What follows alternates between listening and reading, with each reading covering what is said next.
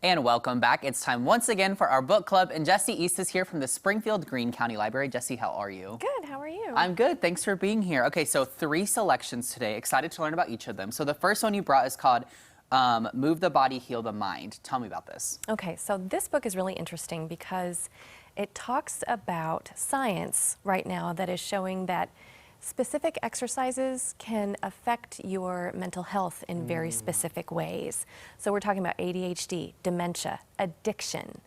In addition to that, it can also, we know that exercise reduces inflammation in the body. So levels of inflammation can also have an impact on these states of mental health.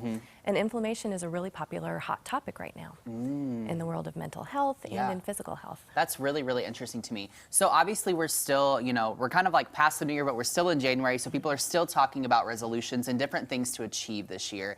So for those that are really trying to prioritize health, what might they really enjoy about this book?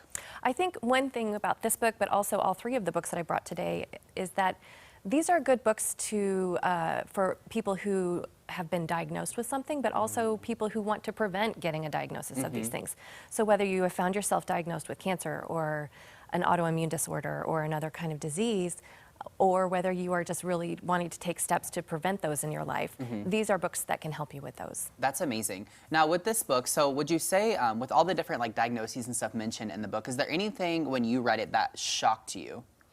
Yeah, the addiction part actually shocked me. And so there are recipes for each depression or creativity or addiction or ADHD. There are different exercise recipes. So the ways, it was really fascinating how she talked about the different ways that the brain responds to those. So there's a lot of brain science. So if you're a geek like me, you're gonna love that. And I actually listened to the audiobook on this one. Okay. And it's hard to listen to a science audiobook, but she made it enjoyable.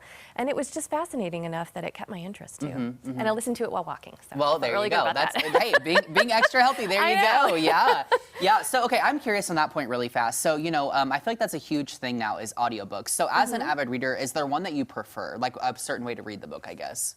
Oh, no, I actually like to have the print copy and the audiobook so that I can get through something really fast. So when I can read, I will, the print copy, and then I've got the audiobook that I can listen to while I'm walking and being healthy. Yes. Or, in the car or something like that. Yeah, absolutely. Multiple ways to get the book finished. I love that. All right, the second book you brought me is called The Inflammation Spectrum. Tell me about this one. So this one is for people who are interested in doing something called an elimination diet. Okay.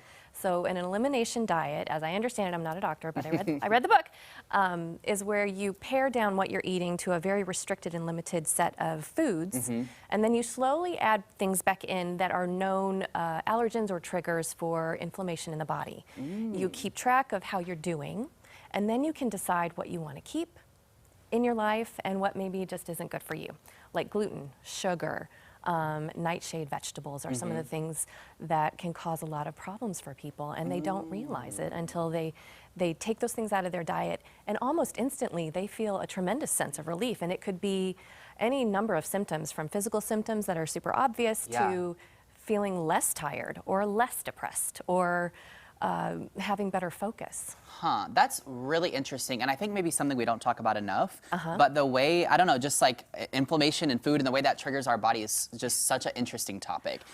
All of these books are about the connection between inflammation and so many of the things that are troubling us. Yeah. And there have been a lot of books published on inflammation in the last year alone. Interesting. Okay, so lots of people to check out there. I don't want to go without mentioning this last one. So Immunity Food Fix. Tell me about this one. So I brought this one because it's really pretty.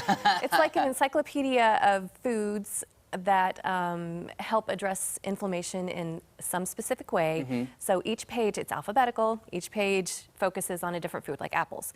It'll give you all the scientific information about apples and then tell you what the fix is. So here's how apples address inflammation in your diet, and here's how you can choose to incorporate it. I love that. Lots of amazing suggestions today that I think are really good for the start of the year and people just trying to get their health in check. So really fast, remind people about the Winter Reading Challenge.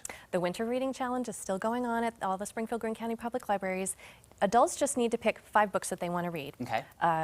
tell us what those are, and then you'll get your very own lovely Winter Challenge reading mug. So from the exciting. library. And then if people want more information, where can they get it online? Thelibrary.org. My favorite website in the I world. know, it's the best. Well, Jessie, thank you so much for being here. We really appreciate it. Thank you. All right, well, coming up, find out what Rachel West has up her sleeve today. Eating the Ozarks is coming up next.